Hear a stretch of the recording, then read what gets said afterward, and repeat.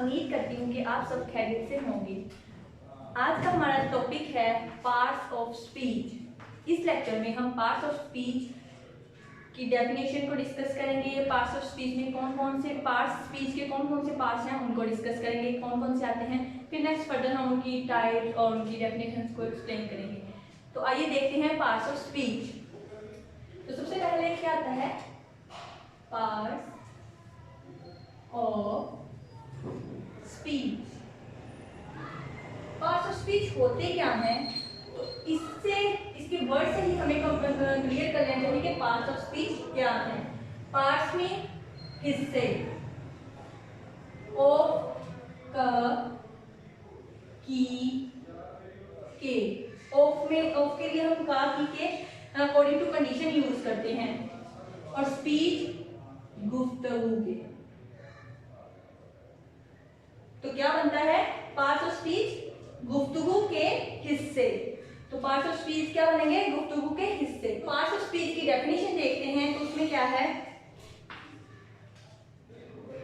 The word which we use in conversation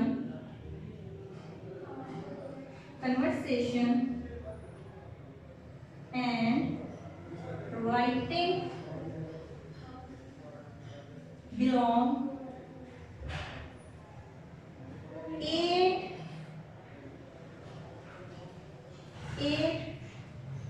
different classes according to their use are called parts of speech।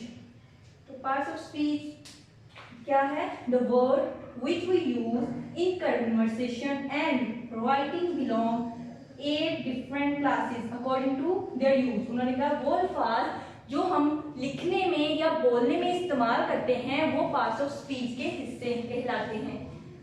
तो हम अब parts of speech की type देखते हैं कि parts of speech में के हिस्से कितने हैं। वो तो हमने देख लिया कि 8 हैं।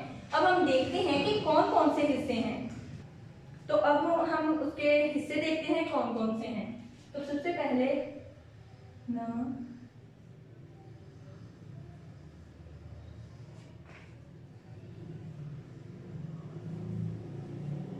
तो ये मैंने लिखा है एक स्ट्रक्चर मीन इस। अब आप लोग ये देख रहे होंगे कि मैंने ये क्या किया है। मैंने तो अब बताया, मैंने इनके नेम भी एक्सप्लेन किए और ये क्या किया है।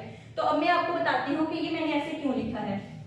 तो ये सबसे पहले मैं आपको बता दूं ये इनसे क्या बनता है। सबसे पहले noun, second one adverb, third one pronoun, adjective,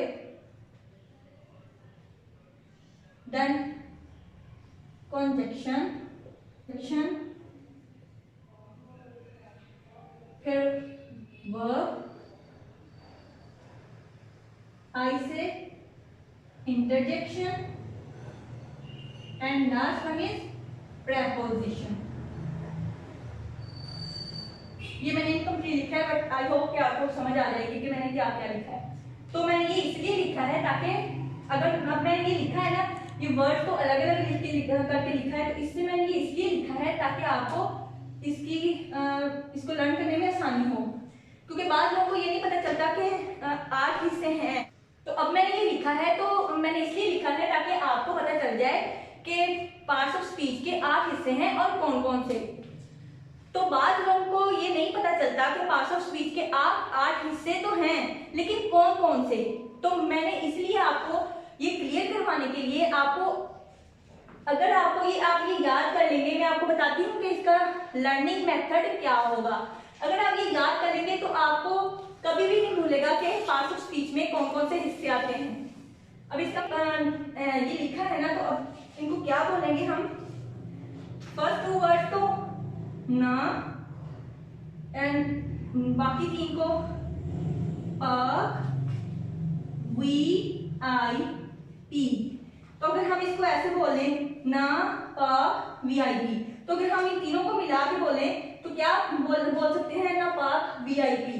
तो ऐसे अगर हम इस सेंटेंस को, फॉर एग्जाम्पल हम इसे सेंटेंस बोलते हैं, अगर हम नापाक वीआईपी ये लर्न कर लें तो हमें पता चल जाएगा कि पार्ट्स ऑफ स्पीच के 8 हिस्से हैं और कौन कौन से। अब देखें, मैंने आपको ऊपर उनके नेम्स भी बताए थे ना। फर्स्ट वन क्या था, नाउन, सेकंड वन एडवर्ब, फिर प्रोनाउन, देन एडजेक्टिव, उसके बाद कंजक्शन, फिर verb, interjection and preposition. I hope कि आपको इससे समझ आ गई होगी कि मैंने ये क्यों ऐसे बताया, ताकि आप लोगों को लर्न करने में आसानी पैदा हो। नेक्स्ट है parts of speech is determined. Determined mean तय होता है बाय द वर्ड्स फंक्शन, किसी भी लफ्ज के फेल के लिहाज से जो पार्ट्स ऑफ स्पीच है वो तय होता है। ठीक है, पार्ट्स ऑफ स्पीच मीन गुफ्तगू के हिस्से। तो हर फिक्रे में जो लफ्ज के जो हिस्से हैं हर लफ्ज का अलग मीनिंग। किसी भी फिक्रे में हर लफ्ज का फिक्रे में जो काम हो रहा है ना, उसका जो मीनिंग है, उसका जो काम है वो तय होता है। ठीक है, फॉर एग्जाम्पल अब हम इसके एग्जाम्पल से इसके कंसेप्ट को क्लियर करते हैं। शायद अब आपको समझ ना आ रही है, लेकिन इसकी एग्जाम्पल मैं देती हूँ, उससे आपको ये क्लियर हो जाएगा कि कैसे किसी भी फिक्रे में हर लफ्ज का अलग मीनिंग होता है। एक सेम वर्ड भी होना, उसको जो हम डिफरेंट वे से इस्तेमाल करते हैं तो उसका मीनिंग चेंज हो जाता है। तो उसकी पार्ट्स ऑफ स्पीच में उसका फंक्शन जो है वो चेंज हो जाता है। फॉर एग्जाम्पल ये है इसकी एग्जाम्पल्स। तो देखिए, you need to dig a well, यहाँ पे जो वेल है ये कुआं है। तो क्या आपने कहा, you need to dig a well, तुम्हें कुआं खोदने की जरूरत है। यहाँ पे जो वेल है ये एज अ नाउन वर्क कर रहा है, एज अ नाउन वर्क कर रहा है। सेकंड वन देखते हैं, सेकंड वन में क्या है, यू लुक वेल, तो ये क्या है, तुम अच्छे दिखाई देते हो। तो ये क्या है, यहाँ पे जो वेल है ये एज अ एडजेक्टिव यूज हो रहा है। क्या यूज हो रहा है, as a adjective. And third one में देखते हैं क्या है, यू डांस वेल। यहाँ पे जो वेल है, यू डांस वेल मीन तुम अच्छा नाचते हो, यू डांस वेल। तो यहाँ पे जो वेल है वो एज अ एडवर्ब इस्तेमाल हो रहा है। ठीक है, एंड लास्ट वन में देखते हैं वेल आई अग्री। तो इसमें जो वेल है ये क्या है, एज अ इंटरजेक्शन इस्तेमाल हो रहा है, एज अ इंटरजेक्शन इस्तेमाल हो रहा है। ठीक है, ये एग्जांपल से आपको कंसेप्ट क्लियर हो गया होगा कि कैसे हर जुमले में कैसे एक ही लफ्ज का फंक्शन, उसका जो काम होता है वो चेंज होते जाता है। यहाँ पे ये एज अ जो वेल था, यहाँ पे जो फर्स्ट सेंटेंस था इसमें जो वेल था वो एज अ नाउन वर्ड कर रहा था, सेकंड में वही word as a adjective word कर रहा था, थर्ड में एडवर्ब, एंड लास्ट वन में इंटरजेक्शन के तौर पर वो काम कर रहा था। तो उम्मीद करती हूँ कि आपको इस एग्जाम्पल से जो मैंने दी है इससे इसका कंसेप्ट क्लियर हो गया हो। तो अब यहाँ पे आज के लेक्चर का इख्तिताम करते हैं।